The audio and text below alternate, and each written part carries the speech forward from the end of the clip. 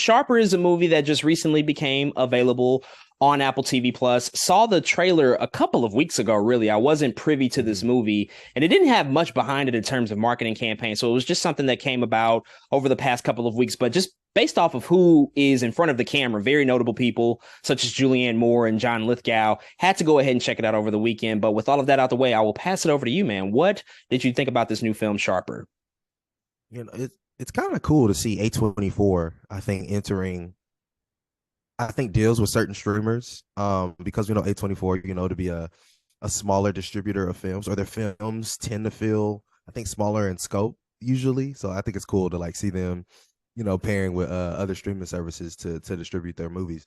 But man, Sharper, this was a movie that, like you said, it didn't have a lot of marketing behind it, but I don't know, just something I seen in the wind on somewhere. It could have been an Apple TV ad. It could have been Letterbox. Could be anything. I do remember hearing and seeing things about it though. And this film is literally about con artists, and what that looks like mixed with, I guess, love. Is that, I don't, that might be the right word. But con artistry and love together is really what this movie is about. It's a kind of a hard one to talk about without like spoiling the film too, just because the way the premise works and the way twists and turns and all these things work. But it's a fine movie. This is one of those films like you watch, and for me, everything just felt okay by the end of it. The things I really do like is Briana Middleton, who plays Sandra. I think she did a tremendous job in this film. I think Sebastian Stan also did a good job playing somewhat uh, with Briana Middleton as well in this role. Really, the cast just did pretty good across the board.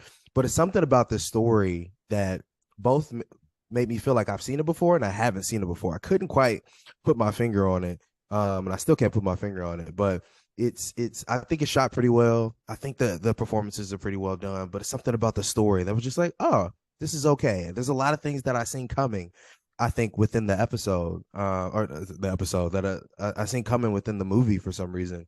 That I was just like, okay, that's fine. That's how I expected it to go. I was hoping for more twists and turns in this film of Sharper, man, and I think somebody else in Justice Smith does a good job of helming, or taking this film and giving us a character we haven't seen from him as well. Justice Smith has been in a lot of things recently. He's been in last thing I can think of is the video game The Quarry, which I really enjoyed. But he's another one of those actors who's low key all over the place right now. You may not like, he may not be the loudest, and you may not see him all the time, but trust me, he's definitely there and he's definitely doing something. So I want to commend him for that as well. But overall, man, I really don't have much to say about the film. It's a fine watch. I won't tell people not to watch it. I will say the last part of the movie, like the last 30 minutes, got a little too soap opera-y for me, and I was like, something's a little weird here. But man, overall, it's a fine movie.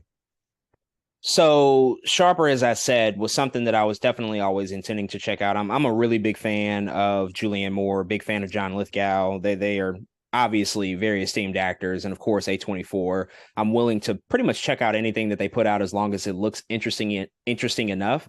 And in addition to that, Benjamin Caron has had a very, very successful career in the TV realm. He's directed a number of episodes for Sherlock, for The Crown, and most recently for Andor, which is one of my favorite TV shows of 2022. So coming into this, had some high expectations. And what I do like about this movie is the fact that a lot of the structure is something that is a little bit unique. It's told in a non-linear fashion with a series of vignettes about the different characters. There's 5 main primary characters, and we basically get sort of a look into each of their lives from different angles, and we see how they intertwine ultimately.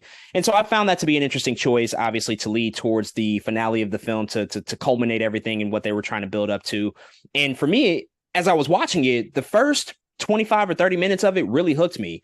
You definitely get the sense that there is a love story at play, and that stuff is effective and it's charming. And I totally bought in to what they were doing here. And then once you get into the second act of the film and start to see kind of what they're going for with this nonlinear structure, that's where I found at least that some of it started to fall apart, just because I don't think that every particular vignette or piece of the film was as interesting as that beginning and that opening section. I found that I was less interested in overall, less invested into what was happening. I was still curious to see how it was going to play out.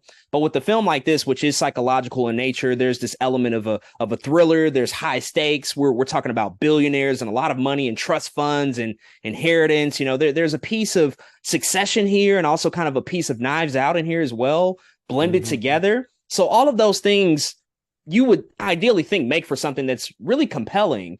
And I thought that was going to be the case as we were getting into the meat of the film, but I just found that all of the characters weren't as well written as I would have liked them to be. I think that the script wasn't all that strong, and it didn't present really a compelling case as to why I should necessarily care about anybody, because pretty much everybody in the movie is not a great person. They all are doing pretty bad things to each other.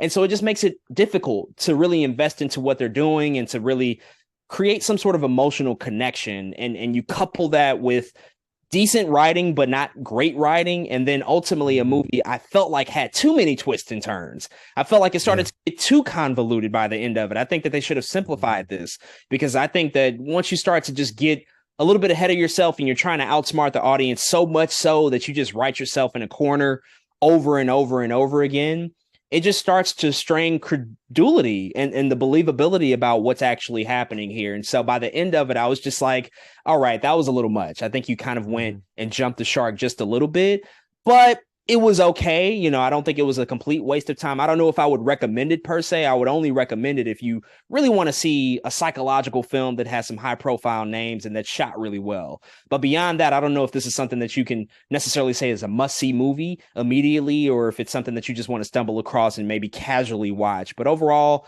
fine movie that I hoped would have been better. But folks, those are our thoughts on the brand new A24 film Sharper. If you've checked out this movie on Apple TV Plus, definitely hit us up and let us know what you think.